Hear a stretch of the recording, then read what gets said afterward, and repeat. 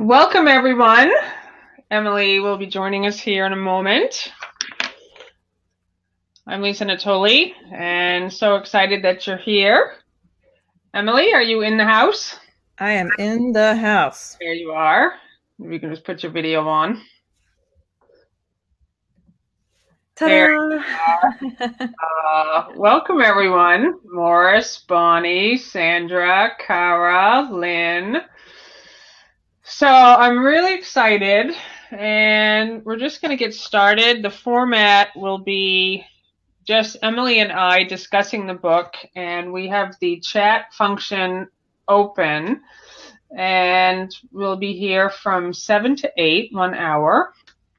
And we really want you to just post your comments. We want to hear from you, and I'm just loving the comments on Facebook. And for those of you guys who are just seeing this for the first time, you can start now. You can get a copy of Emily Bennington's book, Miracles at Work. I love the title, Turning Inner Guidance into Outer Influence. I'm so excited that you're here, Emily. I've never had a guest on my book study group. So, yay! I'm glad to be the first. And I even wore my celebratory shirt. Yes, let's have a look at that. Nothing says Monday like a disco ball gold lame shirt. Ah, love it. Not that disco balls are gold lame, but you know what I mean. I love that. So I'm just going to start with an opening prayer, and then we're just going to jump right in. We're going to get started. So just everyone where you are, just close your eyes, just take a deep breath, bringing yourself into this present moment, the only moment there ever is, centering on the light that we are.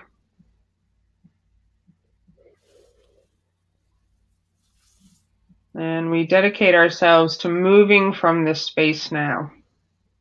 This is the love that you are. This is the joy that you are. This is the peace that you are. It often goes unrecognized. And now we are acknowledging this inner space. And we contact this place for inner guidance. And it is this light that goes forth. And it does begin to influence all those around us.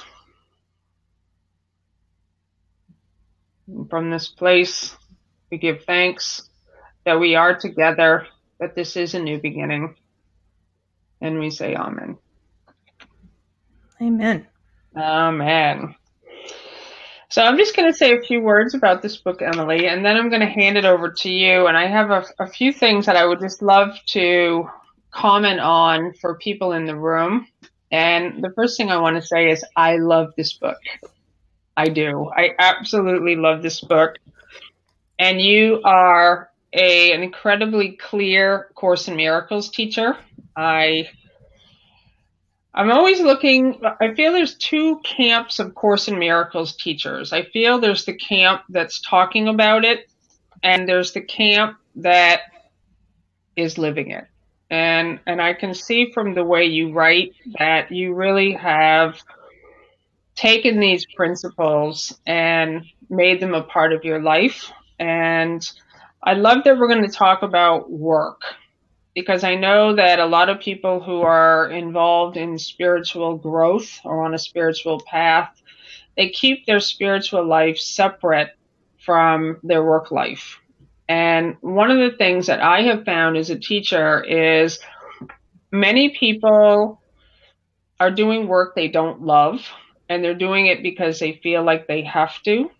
And what I love about this book is it's a total shift in perception, where before you go change your job, before you go start thinking you need to do something externally different, you're changing your perspective now to seeing what's going on inside. And one of the things that I have notes through the whole book, I mean, I have marked this book up, like dog-eared it. The thing that I really want to start with is that you say what we're really after is a sense of completion. And you're talking in here about how we project out to other people. And this is the ego's number one tactic so that we don't look at the fear. Mm-hmm. And I love that, because what we do is we think, if only that person was acting differently, if only I had a different job that I loved, if only I got the promotion, if only I had more money, then I would be happy here. Then I would be doing work that I love. And what you're saying in this book and what A Course in Miracles says is that's projection. And it's the ego's tactic to tell a story of something out there instead of looking within at what really is going on. So I have to tell you that this book is actually changing my perspective about work right now, because I'm actually looking, since I started reading this book, of what my own distractions are, what my own stories are, like where I'm still staying in a space of littleness. And so you wrote, think how differently you would carry yourself in the office if you really knew yourself as true love, as your true self is love. Think about how different your aura and energy would be. Imagine the effect your presence would have on those who see you as a model of composure and influence. So I'd love, Emily, if you could just start with just telling us a little bit about yourself and how you came to write this book and the work that you do as a coach. Okay. Well, I have been a career coach for about 10 years now. I started coaching college students and how to make the transition from college to career.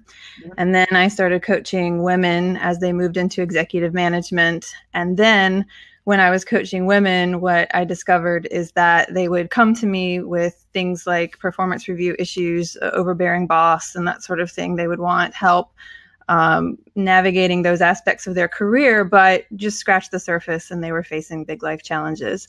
It ranged everything from the illness of a child, the death of a spouse, betrayal, all of that stuff. And what I found was that I couldn't help them without incorporating the spiritual aspect of my life, which my path was A Course in Miracles. And so as I started to incorporate the principles of the Course into my career coaching practice, I found that it was working, but I wasn't calling it a spiritual practice. I was more referring to it as mindfulness and just owning that space between stimulus and response. And so I decided that I didn't feel 100% in integrity with that.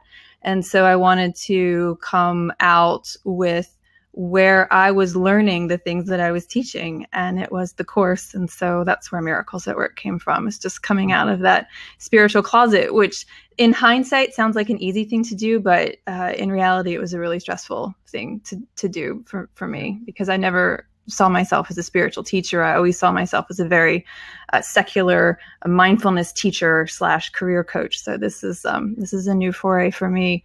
But at the same time, I can't imagine doing anything different at this point, because the Course has just been such an extraordinary, it's been an extraordinary gift to me to share this path. Yeah. Do you take coaching clients? I don't, no. Not yet. No, actually, I did for a while, but I don't anymore. I just like to speak. I like to speech. And so I'm going to do the Course Companions program with Robert and probably come under the fold of Circle of Atonement. So I won't be doing individual coaching anymore. Oh, that's awesome. So the first section that I had everyone read this week was Fire Yourself. So this is part 1. And I asked everyone here to take a look at the worksheet of, what's it called, Emily? Oh, Where Are Your Thoughts? Where Are Your Thoughts? So I just want to see like who in here has done it, if you want to post that if you've done this. So it's a cool exercise. So for 24 hours, you're going to download this worksheet or you're going to use the book. And the 4 areas, I'm looking in the book here, are, let's see, if only, that's the past. The future is what if. The emotional is what the, and strategic is what now. And what I love about this exercise is it does get you to see what the mind is doing, what the thoughts are doing. It's a very practical tool. And it asks that you place a dot in the box each time you find yourself. And the first one is feeling any sort of anger, guilt, or related emotion about someone or something that has already happened. The future, what if, place a dot in this box each time yourself feeling anxious about things that haven't happened yet. The emotional is place a dot in this box each time you find yourself spinning into an emotional reaction about something that is happening right now. And strategic, place a dot in this box each time you find yourself sticking with the facts. It's interesting if you look at the comments. I've been just kind of reading them as you've been going through this, and most people have found themselves saying that there's either too many thoughts to record, which of course there are. We have between 50 and I think it's between 70 and 90,000 thoughts per day on average. That goes up to 250,000 thoughts per day, scientists estimate, when we're under stress. And most of the time, what we tend to do with those thoughts is ruminate on something that's going on in our life, put it down for a little bit, and then ruminate on it again. So we tend to be in different patterns other than the what now box. And the purpose of this exercise is just to say, do you spend most of your time in the past? Do you spend most of your time in the future? And typically what I have seen when I have done this exercise with individuals is that we tend to project forward. We look into the future, we're anxious about what we might find there, and then we carry that anxiety into the present. And it causes us to behave in ways that are damaging to our emotional well-being. And the more we walk around in a state of mental fluctuation, the more our behavior becomes chaotic and the less influence we have at work. Mm-hmm. I love it. And I love reading these comments also. And if everyone who hasn't done it yet, that you can download the worksheet from Emily's website. You can do it from the book. It's on page 21.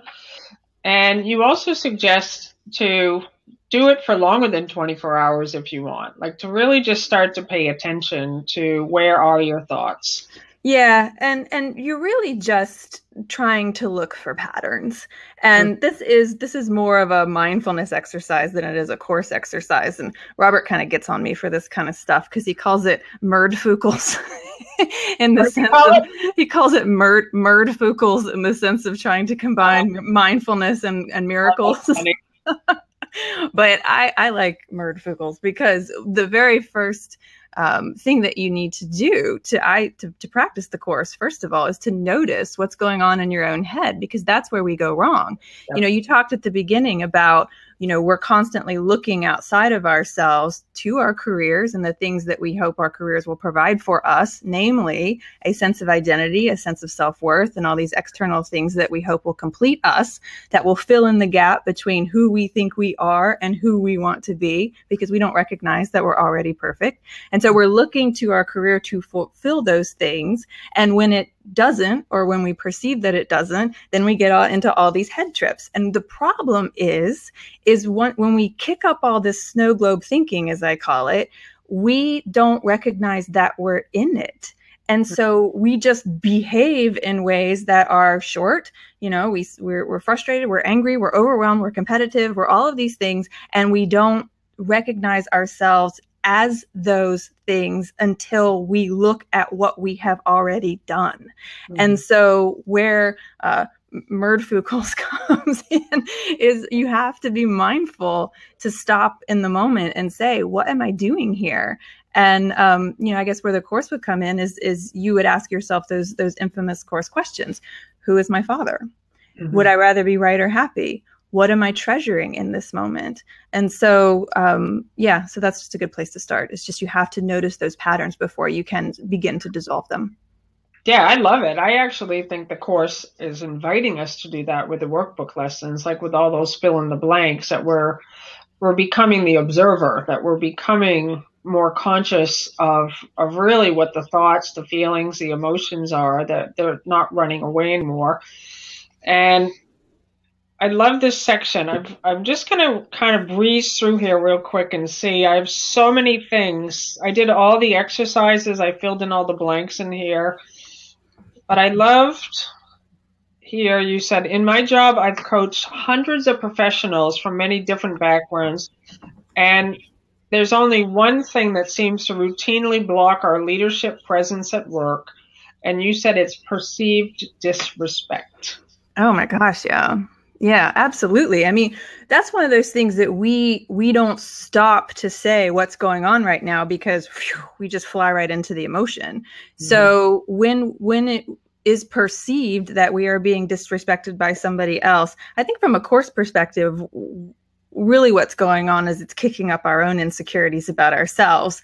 And so we need to recognize when that's happening and learn to perceive. This is what the course is trying to teach us to do, to perceive other people through the lens of spiritual vision. So where we get blocked in that is all of those egoic manifestations. So it all stems from that gap between knowing ourselves as that true essence of spiritual perfection and understanding that that perfection exists in other people too. And so if we can see ourselves from this light, if we can see other people from that light, then we approach our work differently. And we stop looking at our job as that thing that is our quote unquote source of fulfillment, and we start to recognize what our function is. So what your function is, and you know this as well as anyone, Lisa, is to be a teacher of God.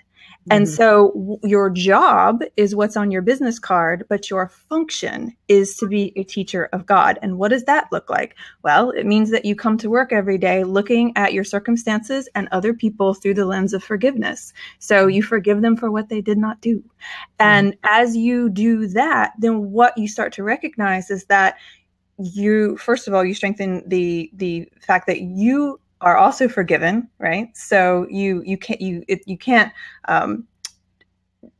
what you recognize in others, you recognize in yourself, right? So you're keeping this cycle going, but it starts to dig within you a sense of groundedness, composure, realness that enables you to navigate any challenge of your life with a sense of deep calm, deep peace, and deep resilience. And so every time you stop and recognize, hey, this is a pattern of emotional thinking. Hey, this is a pattern of future tripping. Hey, this is the anxiety that I'm getting lost in again.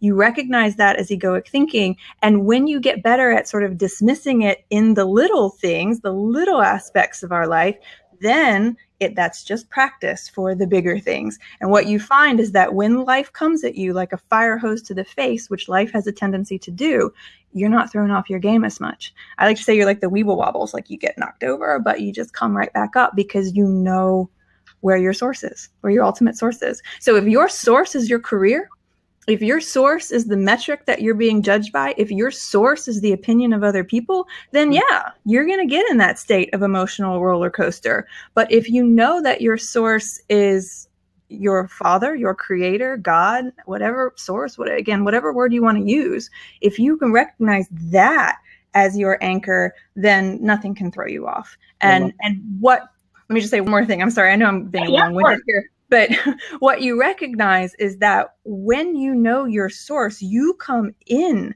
to your job with that state of just magnitude, as the course would call it, and other people want to be around that. Yep. And so what you find is that you're garnering influence, not because you're trying, but because you're not trying. It's just the effect of being who you are and in that state of knowing who you are, like truly knowing the truth about you and the truth about others.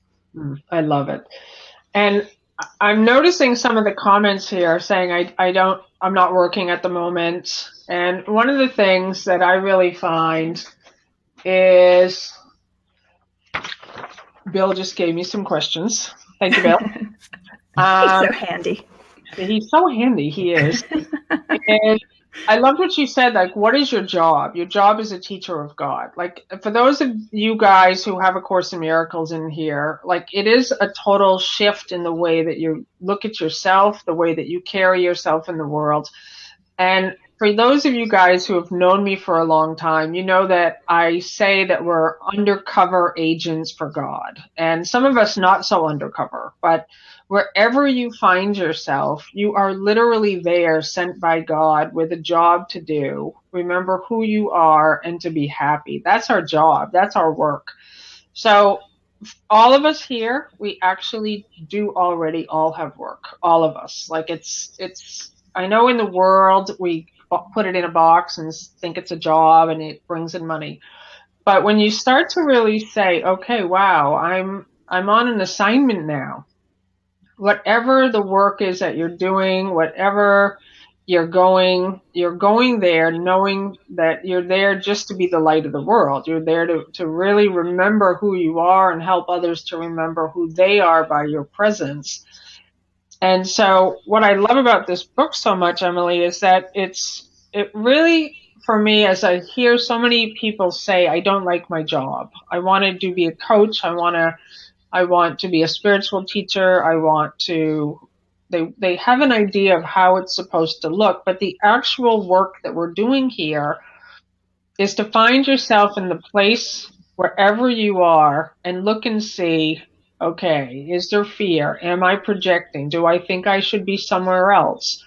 And you say it so beautifully here in this part on the first spiritual intelligent block is projection makes perception.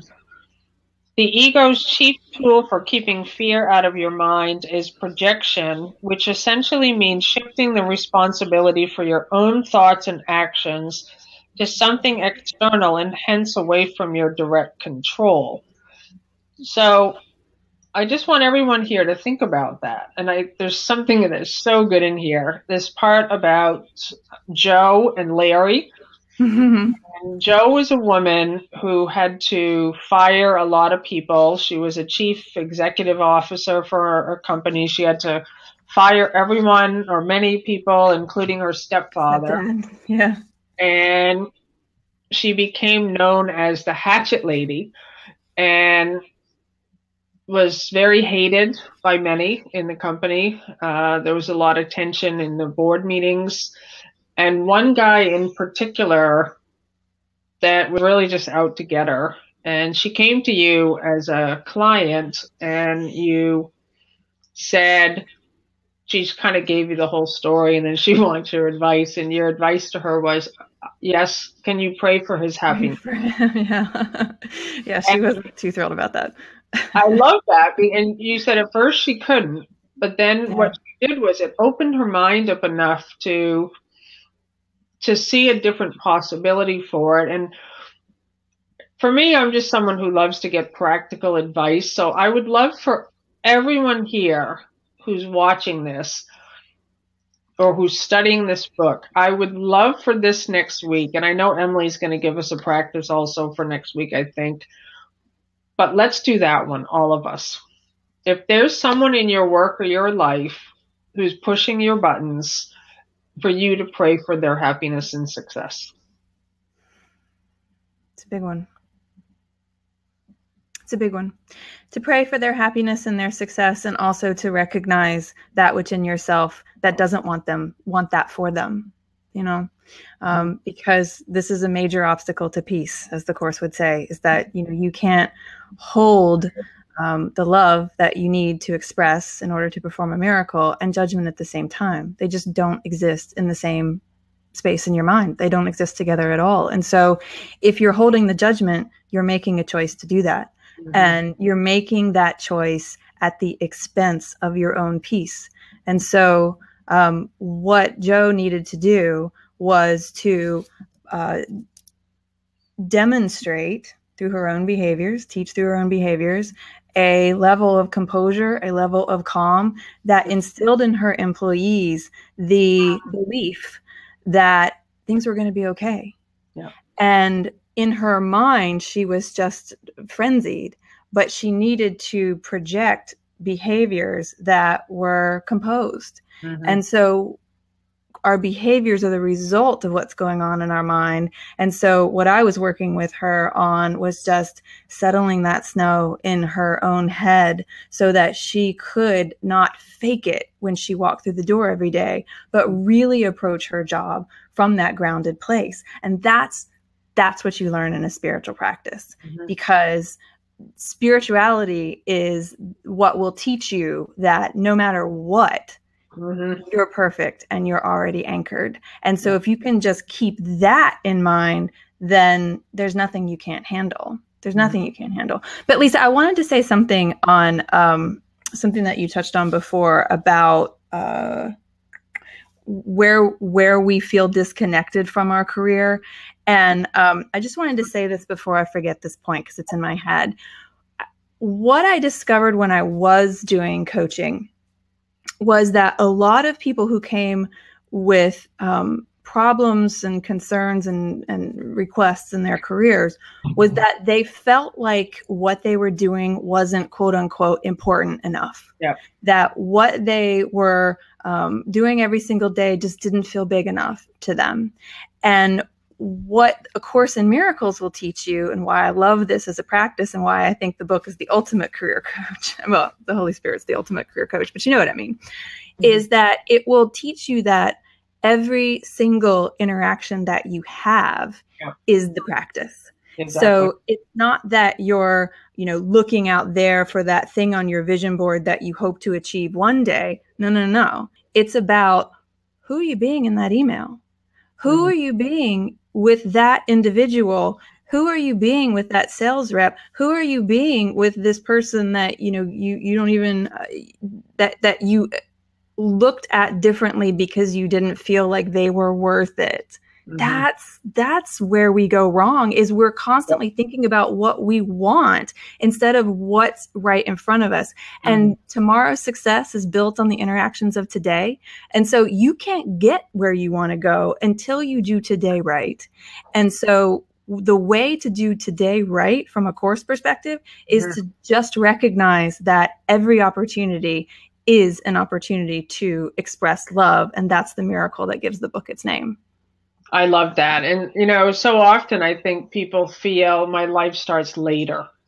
My life starts later. Yeah. I have a different job, when I have a different partner, when my financial situation is different, when I get my health back. And this is it. The other thing I say often is we're here on a one-day assignment, that we're here sent by God as the light, as the love, as the joy. And if you're not accessing that yet, this is why I love A Course so much, is because now we have every opportunity to discover the blocks and the obstacles. And if you look at your job, how many opportunities you have all day to really find out where you're projecting, where you're still in fear, where you're still in anger, where you're still in judgment. And so instead of thinking, well, if only I was somewhere different, then I would be happy, then I would be successful, then I would be inspiring people. I've told this story before about myself. I used to think I wanted to inspire people. It just was this deep longing in me. And this was back in the days when I didn't have a website. And I remember thinking how the ego wants you to think of, I'm going to inspire hundreds or thousands or a million.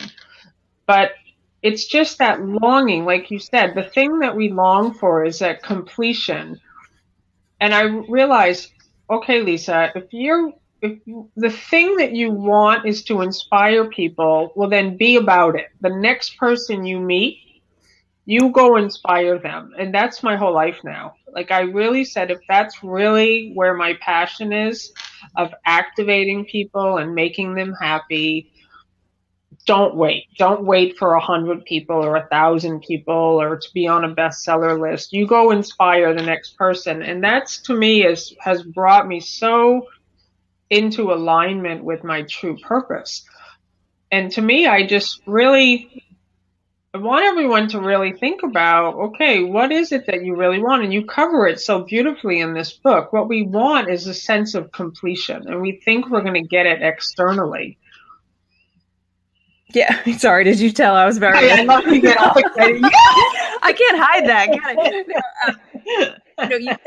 You said the magic word inspire people, and you reminded me of the book launch for Miracles at Work, where I was talking about empowerment and taking on empowerment in some ways, because what I see around the messaging of inspiration, while we need it, is your spiritual path is the thing that you do to achieve the peace of mind that you need to pursue your goals in the world.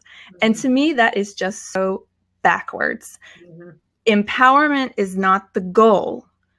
God is the goal. Yep. Empowerment is the path. Empowerment is what enables you to get to the goal of God, to believe that you can, to walk that road, to see it as what it is, to see the end result as what it is. So we've got that so backwards. Empowerment is an inspiration is what we need. I'm all about it. But at the same time, what are we really trying to inspire other people to get? Mm-hmm. Right?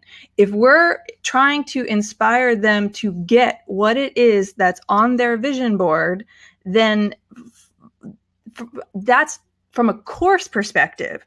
Mm-hmm. That ain't it. Yeah. From a course perspective, what you're trying to get is healed perception. Yeah. And so it's a little bit of a rant for me, and I'm sorry about that. No, but I love how you describe it in the book, though, like where you're really bringing it back to, okay, how can you shift your point of view, your perception, to a place where you're living as love? So like in the story of that woman, Jo, she couldn't do it at first. Like she was just so filled with hatred and anger, and you were able to show her, okay, let's look at like where you don't want peace. Like you were able to show her the first obstacle to peace is your desire to get rid of it.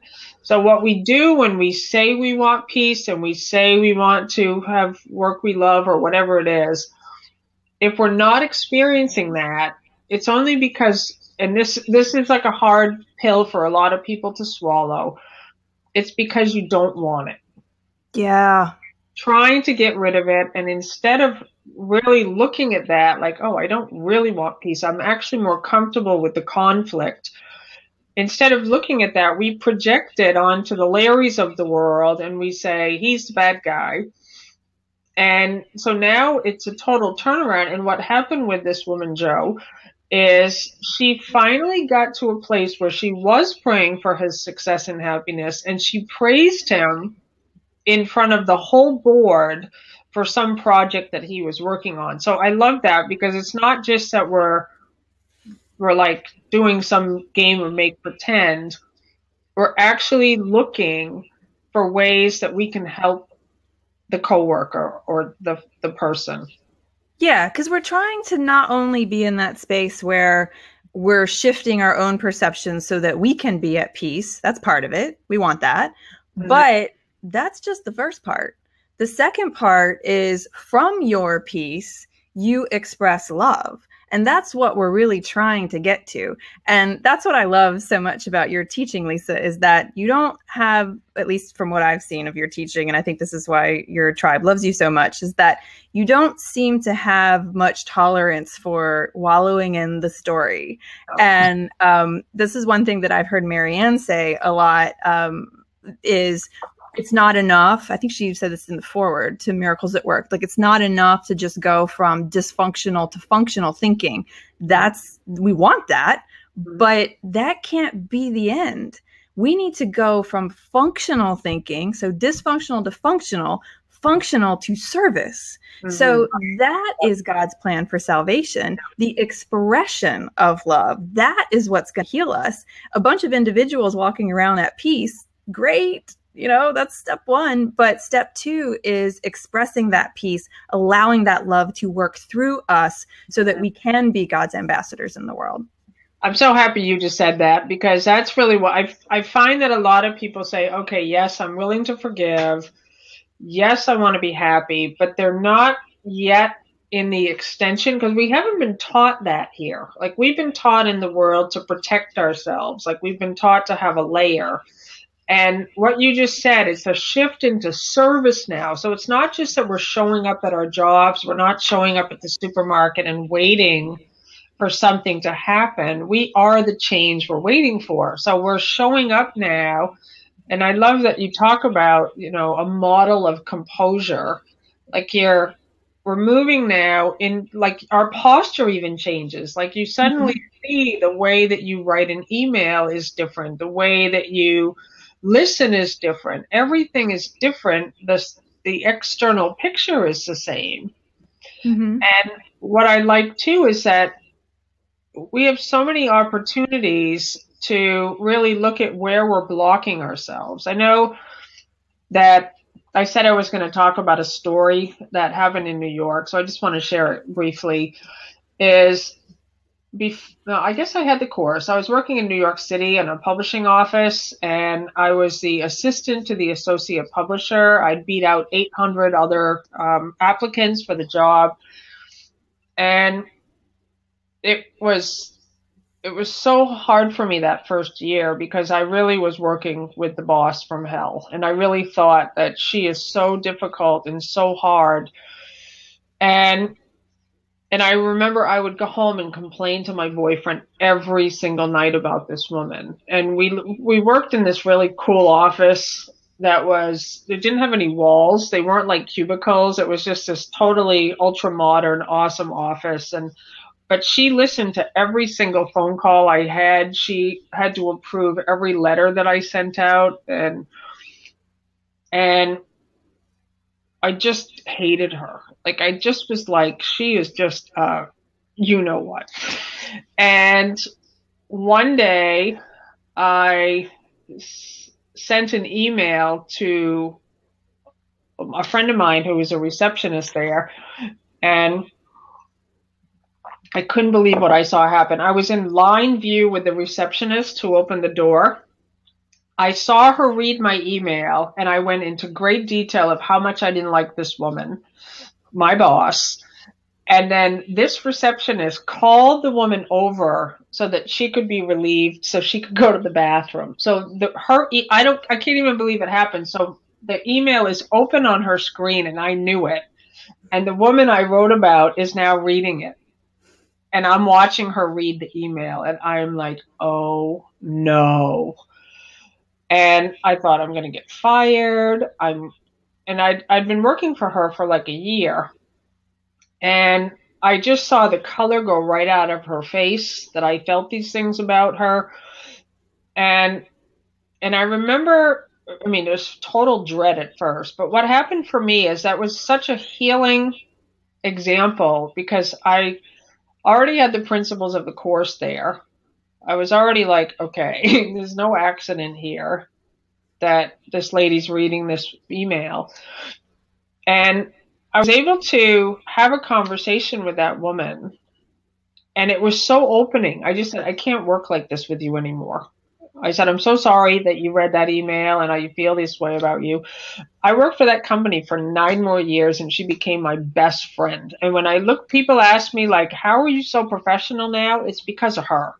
Like, she taught me everything I know about being a professional, about integrity, and you can't see those things when we're in our grievances, but it was just like this total opening of communication where I got to go through my fear. I really got to see, okay, this situation is not tolerable to me anymore. And I didn't dare to speak to her directly. So the universe has no choice except to sort of organize and orchestrate how we will resolve this. Yeah. Yeah. And that's classic projection, isn't it? I mean, you don't like your boss. You're going home complaining to your boyfriend about her, and taking that contentiousness into your office with you, and then thinking she doesn't pick up on it in any way. And she's really probably just feeding off the armor that you're displaying and the frustration that you're displaying. She's picking up on that. And so the energy is just terrible. And that we keep that energy and that cycle going up until the point where we just decide to break it. Yeah. Like we have to break it. Yeah. And that's that's especially important at work. It's important in all aspects of our life, but in our personal relationships, we tend to have a choice as to who we hang out with. But at work, we're just kind of stuck with the people that we're stuck with, unless we're the manager and we have some say over the hiring and firing decisions. But for the most part, we're in this pot together. And so we got to figure out how to get along. And if your aspiration is leadership, then leadership is influence, and no one is going to be influenced by someone that they feel is constantly judging them.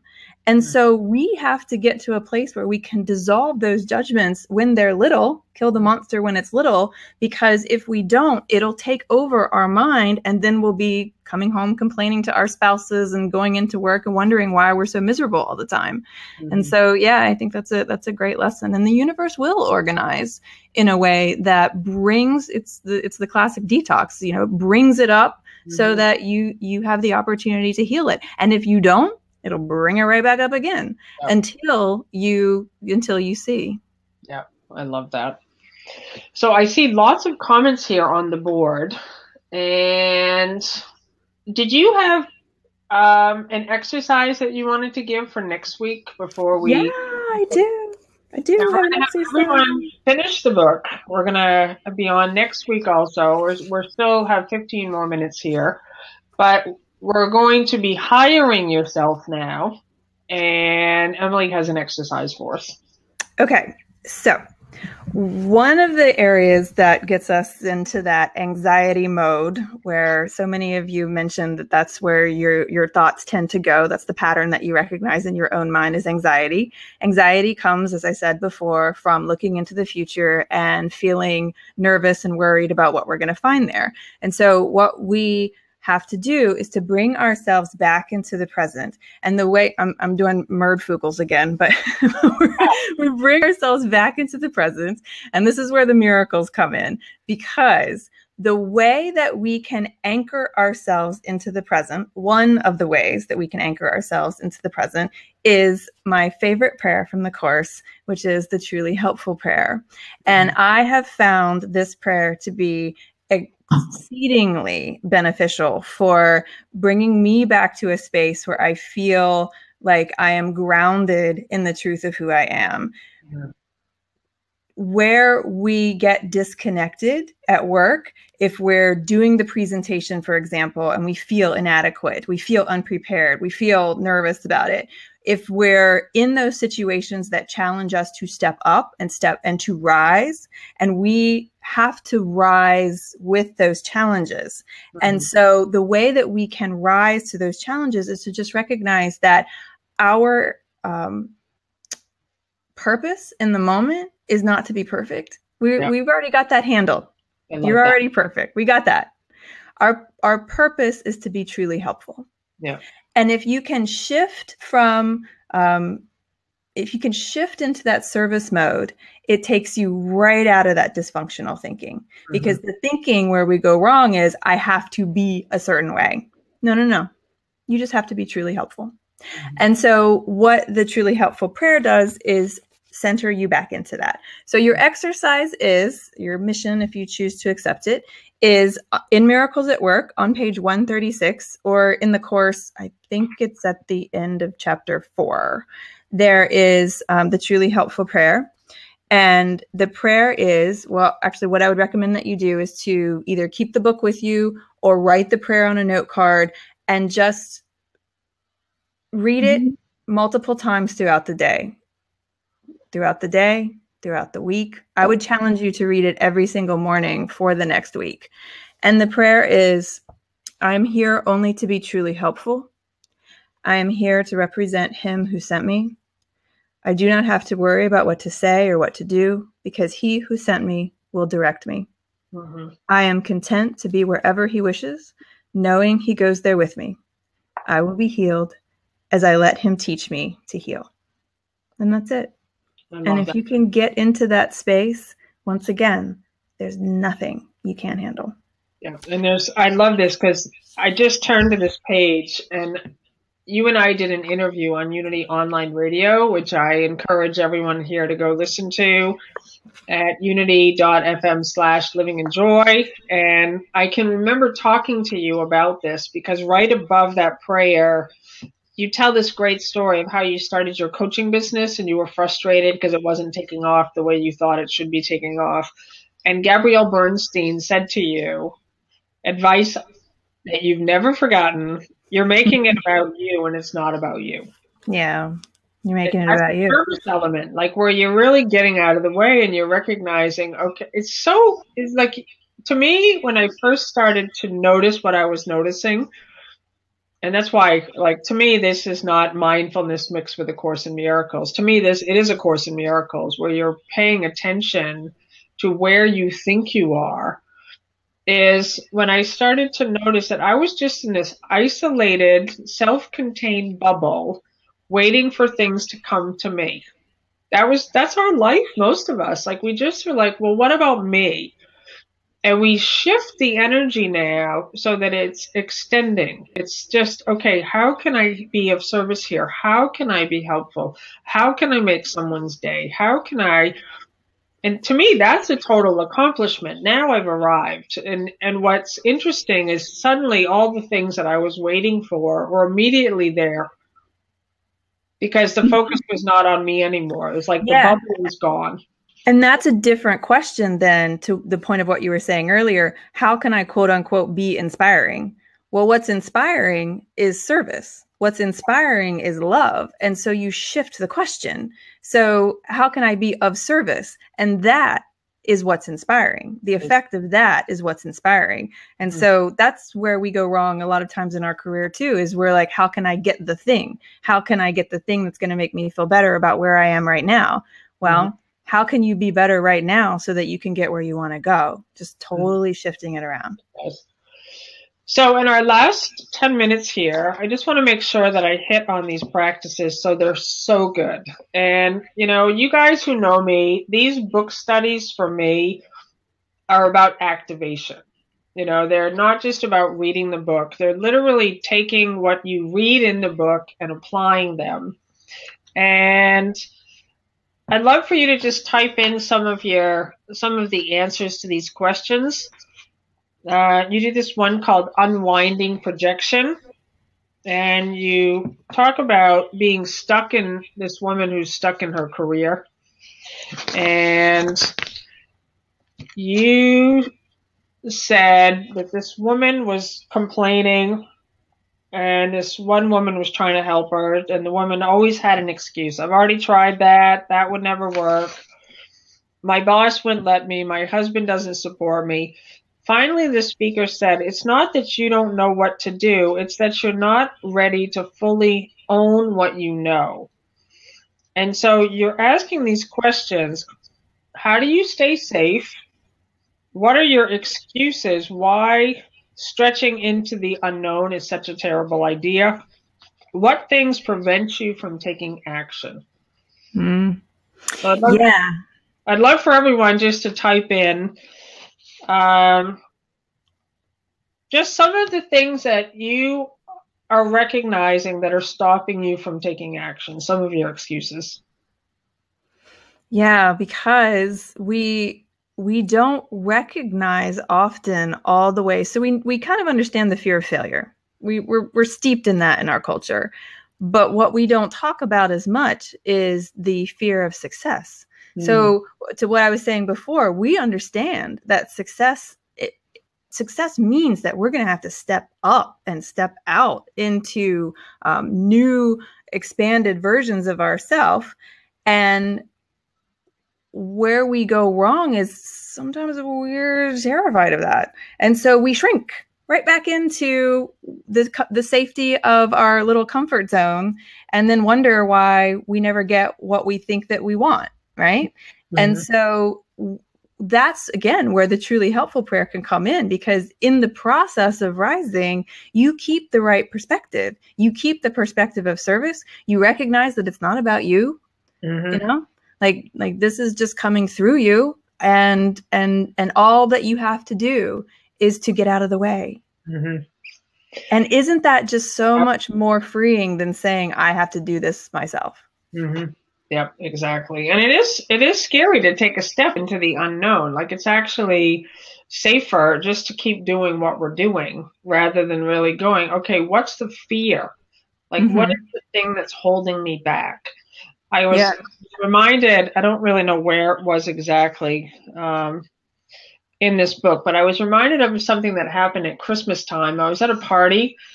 It was for A Course in Miracles. There was a lot of Course in Miracles people there. And this woman was there that I haven't seen in a while. And she's just, I always would see her at the parties. And I just love this woman. We just had this totally great connection every time we've seen her. But we just have never stayed in touch outside of these meetings. But I know her very well. So I sit on the couch. She's all happy to see me.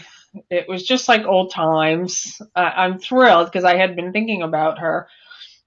And maybe after, I don't know, half an hour of laughing and talking, she says, I have to tell you something, Lisa. I've spent the last year hating you.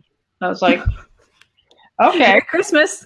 And I was like, okay. And she said, but sitting here with you, I realized that I've been mad at myself and I was using you. And she said, I see you doing all this great work and you're out there and you've got a website and you've got a radio show. And she said, I realized talking to you that I'm not mad at you. I'm mad at myself because you're doing what I want to do and I'm not doing it. And you talk about that in here, like how that's what we do. Instead of moving forward, it's much safer just to start using that same amount of time that we could be doing something scary and creative, to just keep running a track in our head of like, I don't like that person. Big time. Big time. And if we don't recognize that that's what we're doing, that that's sort of an ego trick to keep us stuck, is to constantly look outside of ourselves and feel at the effect of what we don't have and what other people do, then we're just going to stay in that place. We're just going to stay in that place. And that's the whole game of the ego, is to distract us with the limitations of our own mind and the perceptions and all that emotional up and down. And the more we get distracted, the less we do. And the less we do, the more we get distracted by what little we have. And so it's a game. It's a game. And you just have to call it out for what it is and see it for what it is. And that's when the light emerges. And you start to say, oh, okay, I'm doing it again. Yeah. And when you can say I'm doing it again, then you can get yourself out. I just want to read some of these things. Jocelyn says, fear of being seen and the consequences. And I think that's a big one for a lot of people. You know, it's like fear of criticism, of being attacked, you will be attacked. You will be attacked. Not everybody's going to like what you do. Yeah. And I do think it's a very valid point that you bring up, that sometimes you get attacked from other people who see in you something that they aspire to themselves, and that causes the claws to come out. And so I've experienced that both in the way that I've seen other people and the way that I have been seen. I've seen it from both angles. And I know that you probably have too, but again, call it out for what it is, because it's ultimately not real. Yeah, I was recently attacked online for the work that I do, and it went very public all over Course in Miracle community, and it was shocking. It was kind of like, what? And I can remember I got a message from a couple of different people, and they said, what is happening to you right now is my absolute worst fear. And it was just for me like a place where I really, for the first time ever, really had to stand in quiet going, okay, but this is just part of the package. Like when you step out into the light and the brilliance that you are, I love that you just said that, is that you can be expect to be attacked. It's okay. And for me, what I can see is like a lot of people, myself included, just say, no, I don't want that. It's old people pleasing, wanting to just stay safe. And I Mm-hmm. just think like that as the light of the world, like we are stepping out into a bigger playing field. Yeah, and you really see the scavenger dog nature of the ego in the way in which uh, people pile on to attacks. And that's part of it where we're so afraid of being attacked ourselves that we attack other people and pile on to the attacks that are already out there, and other people thinking that if we do that, then that'll make us safe in some way. So we get to avoid the attack ourselves. But I think that, that was an opportunity. It still is an opportunity for you, Lisa, in the way that you handle it. And as you handle it, then you show other people what is possible for themselves, and you show them that they can survive on the other end of it and emerge just as Jesus did. I mean, forgive them, Father, for they know not what they do. Exactly. Yep. So if you attack back, then well, that's the only thing that kept coming to me through the whole thing. If I defend myself, I'm attacked. And so it was just a place of just deep listening, of just going. And there were so many opportunities when I just thought, I want to correct this. Like things were being said about me that just weren't true. And I was, no, you're just going to really. And that's what I love about this work is like there's no accidents. No matter what is happening to any of us, it's happening for us. Like that's the greatest gift that I've learned in all this, the work I've done, is that literally everything is for me. It's not against me, it's for me. And we so often we lose the opportunity to see like what's in it because we just start playing the blame game. Yeah. I do think there's a difference though between correcting an attack.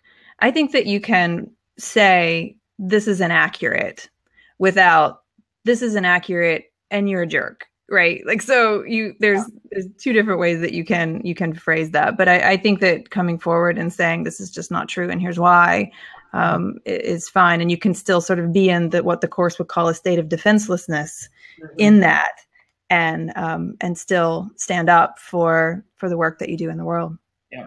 Yeah, that's beautiful. So I want to thank you guys for being here. We're going to be back on next week, and the thing we're stepping into this week is service. So I really invite all of you to finish this first section of firing yourself, of filling in the blanks in this book. It's really incredible. I mean, I loved, Emily, the sections that you picked out from the Course in Miracles, and you just, this whole thing of looking at your specialness also. Like there's just this great section in here about idols and specialness. And one of the sections from the Course, it says, everything you have taught yourself has made your power more and more obscure to you. You know not what it is nor where. And it says, I love this, whenever there is fear, you have not made up your mind. Your mind is therefore split, and your behavior inevitably becomes erratic. And again, I love this part. Think how differently you would carry yourself in the office if you knew, as in really knew, your true self is love, and were capable of seeing others as extensions of the same source. Think about what a difference in aura and energy you would carry to your job, and how unmoved and unthreatened you would be by any chaos that surrounds you or circumstances you cannot control. Now imagine the effect of your presence would have on colleagues who see you as a model of composure, and the impact that would have on your influence and the dynamic of your culture and your teams. And outing the ego. We've got this great exercise in here, preference versus investment. So I really encourage you all to do these exercises and then carrying forward to hire yourself. And would you like to close us, Emily, with a prayer? Oh, I feel like I already read one. The truly helpful prayer. I'm not great at prayer. I'll let you close. Okay. Well, we are here to be truly helpful. And we are here to represent him who sent us. And we do not have to worry about what to say or what to do, because the light that we are goes with us wherever we go. And now we depend on this light. That we depend on God means depend on this light. And we are aware of the love that we are. And we're working with it now. This is our true job. And we're sending this light out. And we're allowing it to go before us to all the spaces before we arrive there to change the space.